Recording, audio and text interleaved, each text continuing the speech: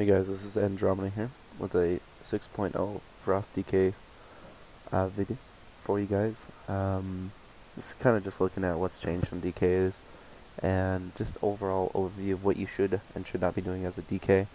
Primary stats for DK is multi-strike for a two-hander, which increases your chance to hit twice. One's a reduced value, but it still hurts. And the other one is versatility, which increases your damage done flat and reduces damage taken. Dual Frost DK should be going for mastery. Two-handed Frost DK should be going for multi-strike. And you'll see why here in a little bit. In gear-wise, your gear should have plenty enough multi-strike to tie you over. I have my neck piece and my boots. A lot of my pieces don't have multi-strike, and that's just because RNG gods are against me. But multi-strike, multi-strike, multi-strike, multi-strike, a lot of my pieces have multi-strike on them. And when you're bearing down on a target, it really makes a difference if you have multi-strike versus versatility, because multi-strike you have a lot more pressure. Looking at the specs and stuff like that, I just run the Plague Bearer, which increases your, anytime you hit with Frost Strike, it adds stacks. So like, for example, here you see, let's turn on targets, you see the Necrotic Plague, which is down here. It's a dot that affects every single person and replaces your old dots. Now what you can do is you can hit it and increase the stacks. Every time I hit it, I increase its stacks. If you look, and it maxes out at 15. Now the thing about Necrotic Plague, which is at the very bottom, is you have to reapply it once it hits 15. And it's as simple as just hitting it with your Howling Blast. Replay. And in Battlegrounds, this is going to be your top damage. I mean, in the Battleground, rated Battlegrounds, this is probably 5 or 6 million of my damage. And a good Battleground will be doing between 12 and 15 million. And I just run Remorseless Winter, so when we're in a big, huge team fight, I can just go ahead, like Eye of the Storm, you can just freeze the middle. And Conversion, of course, is necessary in most situations. Because, Death Pact is nice for a quick, oh crap heal. But conversion over time, if you can keep it up, will out-heal Death Pact by so much. Runic Empowerment, just because anytime that you, use Frost Strike, you have like a 20% chance off that Frost Strike to increase a depleted rune at the 1.2, 5% chance per runic power spent. And when you dump 100 runic power, you're guaranteeing yourself at least 50% chance to deplete a rune and a whole entire, bar, which is the difference between an obliterate or not. And Chillblains, just because it's good for getting those melee off your casters and stuff like that. It's good to get away, and then obviously when you spam Chains of Ice, it slows them down enough.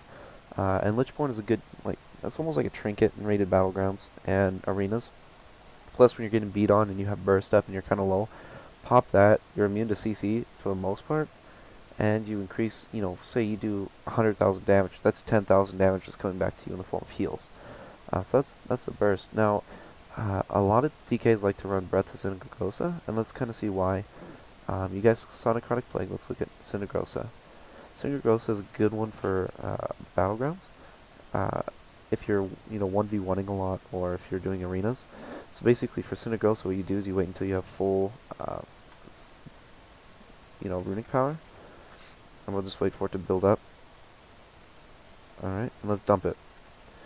Now if you look right here, you'll see Sindragosa just going crazy. And it just stays up until you run out of runic power.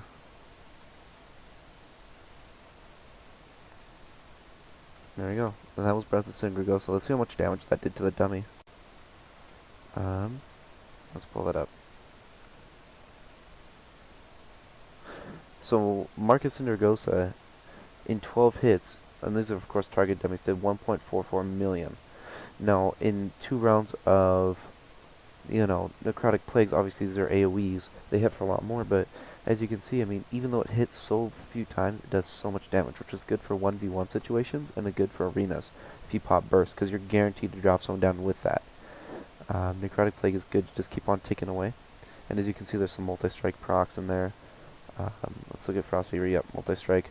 Basically, it's just free damage, guys, so just stack it up. Now, a lot of you guys have questions like, why should I run dual versus two-hand? And the question is, what kind of playstyle are you? Are you one that's going to be just focusing on one target, or are you going to be switching targets a lot? So I mean, if you're focusing on like a healer, dual wield, in my opinion, is the way to go. Because if you just smack the healer a whole bunch of times, with mastery, eventually, all those little hits will add up, and they can't really cast on you if you're just interrupting and slowing down their casts. Now, if you're like in a rated battleground situation and you need to smack a target with a big hits, big burst, then I think two-hand is the way to go, because two-hand in a rated battlegrounds is ungodly amounts of damage. I'm talking like 60, 70, 80,000 damage hits potentially. And that's going to cripple a healer, that's going to cripple a DPS, if you can latch onto that squishy boomkin. But other than that, I mean, it's real simple. If you ever do get a piece of gear with gems on it, always gem multi-strike. Always. I mean, DKs this patch are really simple. Just bear in mind, rotation. Dual wield, you want to be using obliterates more than, frost strikes. Make sure you click your flashy stuff, and you'll be pretty much set. I might have some PvP at the end of this just to kind of show you the PvP playstyle of me. And yeah, that's it. So if you guys found this helpful, it helped align your build with where it should be, feel free to like it, and we'll go from there. Have an awesome day.